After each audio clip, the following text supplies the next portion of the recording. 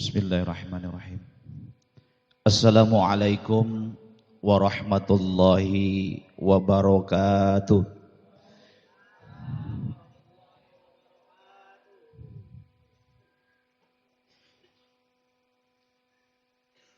Kurang mantap salamnya. Atau saya yang kurang mantap kali ya? Lagi Bu ya? Lagi Pak? Tuh bapak-bapak yang di situ suruh kemari itu. Saya punya niat malam ini mau habisin semua nih. Pak, woi yang ngumpet sini. Sini masuk sini. Sini ya. Jangan ngumpet-ngumpet. Biar nggak ada dusta di antara kita. Ya. Ya gitu ya. Assalamualaikum warahmatullahi wabarakatuh.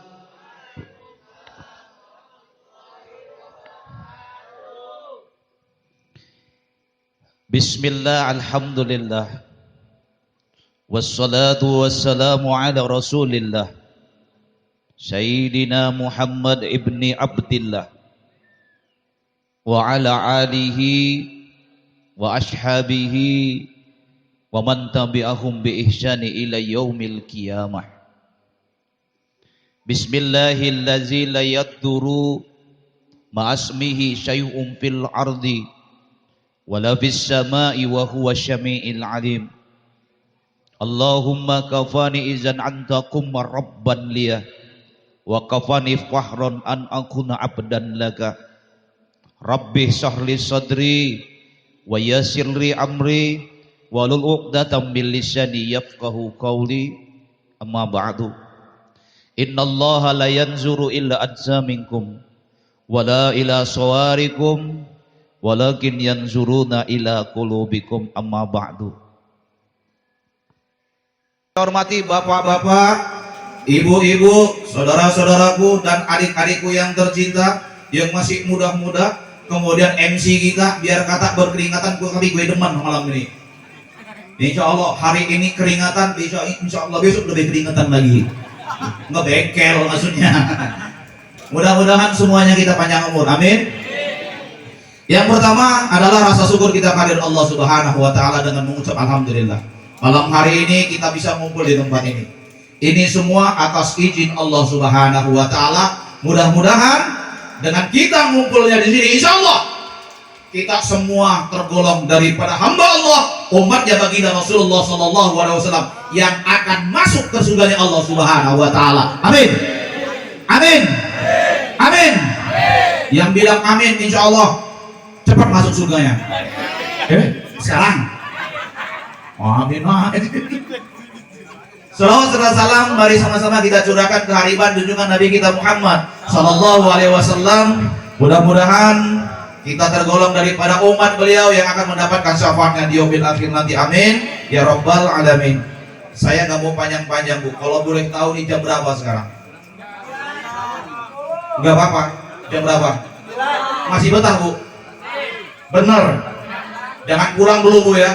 Kalau yang betah di sini saya doain insya Allah besok sampai seterusnya rezekinya banyak terus.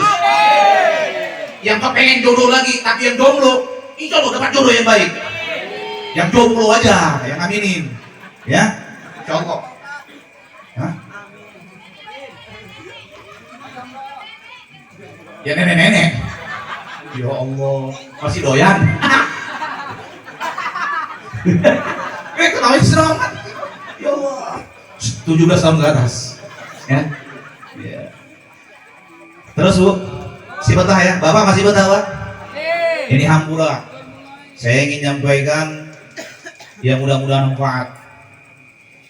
Biasanya jam segini udah pada kelingan masih kipas-kipasan panasan ya. Saya bikin panas lagi Bu ya. Saya mau cepat, ini jam berapa sekarang kalau boleh tahu? Hah? Ini jam 9, jam 11. Jam berapa? Bu, Pak, guru tuh kagak pernah ngajarin bohong. Kenapa ini bohong, Bapak bohong? Dan lu juga bohong. Hah? Hah? Gurunya siapa? Gurunya siapa? Wah, ngomong dong.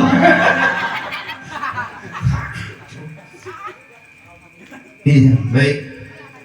Saya masuk teduh poin. Saya nggak mau basa-basi di muka Bunima. Ini hampura Tuan Guru. Pernah dengar nama malaikat Jibril? Pernah nggak? Pernah. Pernah kenal nggak? Woi, jawab. Pernah kenal kagak? Saya mau tanya sama bapak, malaikat Jibril tugasnya apa? Ngelaku. Pak. Woi, Pak. Jangan makan gorengan makan duit kayaknya. Jawab kagak bisa. Malaikat Jibril tugasnya apa? Yang kenceng. Jangan bikin malu sama ibu-ibu. Nyampaikan wahyu. Emang udah pernah ketemu? Emang pernah nanya? Emang nanya? Mau bertanya-tanya? Fred. Malaikat Jibril tugasnya apa? Udah pernah ketemu? Belum. Bu. Itu malaikat Jibril ngapain? Hah? Tadi kan apa malaikat Jibril ngapain dia? Yang bilang siapa? Enggak, saya belum ngomong. Saya nanya, kenal nggak sama malaikat Jibril? Nggak kenal, tapi pernah dengar. Tugasnya suatu hari malaikat Jibril datang turun ke bumi bertemu dengan baginda Rasulullah Shallallahu Alaihi Wasallam. Ngapain? Sok tahu. Ngapain? Belum dikasih tahu. Datang ke baginda Rasulullah Shallallahu Alaihi Wasallam, ketemu dengan baginda Rasulullah. Setelah nyampaikan salam dijawab oleh baginda Rasulullah. Jibril, kalau bahasa kita tumben, ayah naon, kan gitu. Ada apa? Kok engkau tiba-tiba datang? Jibril jawab, ya Muhammad, disingkat aja ibu. Kata Jibril apa? Jibril ngomong apa? Nungguin ya? Nungguin. Sekarang? Bentar. Sekarang kata Jibril, ya Muhammad, hari ini Allah nyalakan pintu neraka. Allah nyalakan api neraka. Semua malaikat ketakutan termasuk aku, kata Jibril. Sebab itu aku teringat kepadamu karena engkau adalah tempatnya rahmat dan kasih sayang yang terbaru kepadamu, maka aku turun dan menemuimu. Kata Jibril. Ngomong apa Jibril? Woi, Jibril ngomong apa? Lu jangan ngobrol aja situ. Nah, Jibril ngomong apa? Ngomong apa ini? Jibril ngomong apa? Allah nyalakan pada saat itu api neraka. Semua malaikat takut, semua malaikat tidak berdaya. Jibril teringat kepada baginda Rasulullah Sallallahu Alaihi Wasallam karena dia tahu baginda Rasulullah Sallallahu Alaihi Wasallam tempatnya rahmat, tempatnya kasih sayang, tempatnya bertabaruk kepada Allah Subhanahu Wa Taala. Maka Jibril datang kepada baginda Rasulullah Sallallahu Alaihi Wasallam. Terus, nanya saya.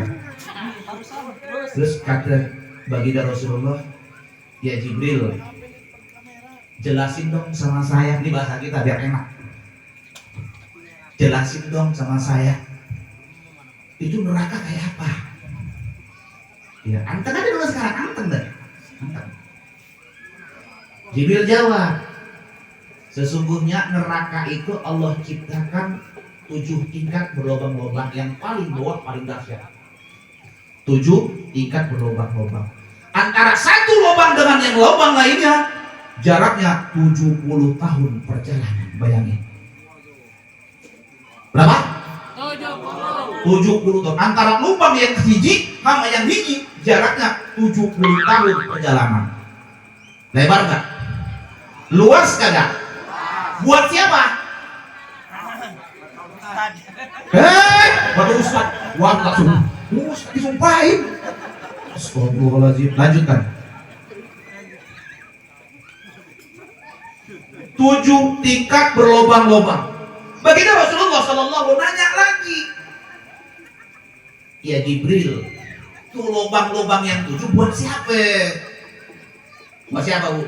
Belum dikasih tahu. Buat siapa? Ya sorry ya. Yang pertama, Jibril menjelaskan, lubang yang pertama Allah ciptakan buat orang-orang yang munafik. Yang pertama, buat siapa? Mau dijelasin? Jangan kepanjangan. Lubang yang kedua, buat siapa? Buat RT. Buat RT terima. Ini nggak boleh begitu. Buat RT aja. Astagfirullahaladzim. Untuk ada bukan buat lurah, kayak urusannya. Enggak. Lubang yang kedua, buat siapa? Buat mereka yang menyembah berhala. Yang kedua. Yang ketiga, lubang yang tilu. Tilu, iya benar. Buat siapa? Buat mereka yang menyembah bintang. Bukan lintang, bintang. Lubang yang keempat, buat mereka yang menyembah mata. Dulu ada kan? Ada, sekarang mah kagak. Tapi itulah buat mereka. Lubang yang keberapa? 4 udah. Berapa? Enggak koneksi. Yang pertama tadi apa? Buat orang munafik. Yang kedua, penyembah berhala. Yang ketiga, menyembah bintang. Yang keempat, yang kelima, apa? Belum. Emang belum? Mau tahu? Yang kelima, kamu nanya mulu. Aduh, ya Allah ya Karim. Yang kelima, buat orang Yahudi. Yang keenam, buat orang Nasrani. Selesai dijelaskan. Nah, Abdullah Jibril diem. Bingung bagi Rasulullah sallallahu alaihi wasallam. Tadi ada 7. 7 ya? Ini salah lagi. 7 ya. Dijelasin baru 6. Nabi bingung. Kenapa nih Jibril berhenti? Kok nggak jelasin siapa penghuni lubang neraka yang ke-7? Lubang ke-7 buat siapa? Jibril kagak jawab, Bu. Kagak mau jawab. Nanya lagi baginda Rasulullah sampai berulang kali, ya Jibril, itu lubang ke-7 buat siapa? Jibril gak mau jawab, berulang kali. Akhirnya bosan tuh Jibril ngedengar pertanyaan baginda Rasulullah sallallahu alaihi wasallam. Kemudian Jibril menjawab, lubang yang ke-7 ya Rasulullah, ya Muhammad, adalah buat umatmu yang ketika hidup dia berbuat dosa besar, ketika dia mati belum sempat bertobat. Itulah lubang ke-7 buat mereka. Kok takbir? Tuh, paham? Suaranya agak keras hari ini. Buat siapa lubang ke-7? Buat siapa? Hanya. Buat siapa? Umatnya Nabi yang berbuat dosa besar, waktu mati belum toh. Ada di mari? Ada enggak yang di sini? Kelihatan mukanya bercahaya semua. Dijauhin sama dosa besar. Terus dijelasin, Bu. Begitu Jibril menjelaskan hal tersebut, baginda Rasulullah sallallahu alaihi wasallam langsung pingsan, Bu. Langsung pingsan. Diangkat kepala baginda Rasulullah sallallahu alaihi wasallam, kemudian diletakkan di pangkuan Jibril alaihissalam. Ngedenger umat. Selamat datang Ustaz. Alhamdulillah, barakallah. Terus sampai mana tadi? Pingsan. Siapa yang pingsan?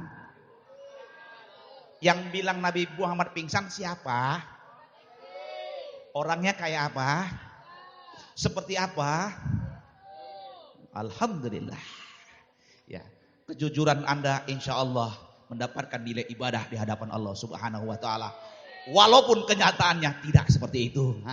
Yang penting seneng aja hati. Terus Tek. Terus. Terus ini. Pak. Itu makanan habisin, Pak. Baginda Rasulullah sallallahu alaihi wasallam mendengar itu pingsan, Ibu. Pingsan. Begitu sadar, nanya lagi Nabi Jibril, emang bener kalau ada nanti umatku yang bakal masuk neraka? Bener ya Muhammad. Dia bangun baginda Rasulullah, dia sujud. Sampai 3 hari Bu, 3 malam baginda Rasulullah sujud. Tidak akan bangun kecuali Bilal azan. Begitu azan baginda Rasulullah sholat, selesai sholat balik lagi dia sujud. Sujud sama Allah selama 3 hari. Abu Bakar melihat peristiwa itu, melihat baginda Rasulullah sallallahu alaihi wasallam begitu bersedih, dia datang ke rumah baginda Rasulullah, diketok, assalamualaikum, assalamualaikum, nggak ada jawaban. Abu Bakar sedih, pulang ketemu dengan Sayyidina Umar, diceritakan. Sayyidina Umar pun datang ke rumah Rasulullah, assalamualaikum, assalam, sampai 3 kali pun tidak ada jawaban dari baginda Rasulullah sallallahu alaihi wasallam. Sedih Sayyidina Umar, sahabat, melihat baginda Rasulullah sallallahu alaihi wasallam seperti itu. Kemudian Sayyidina Umar ketemu dengan sahabat yang namanya Salman Al-Farisi.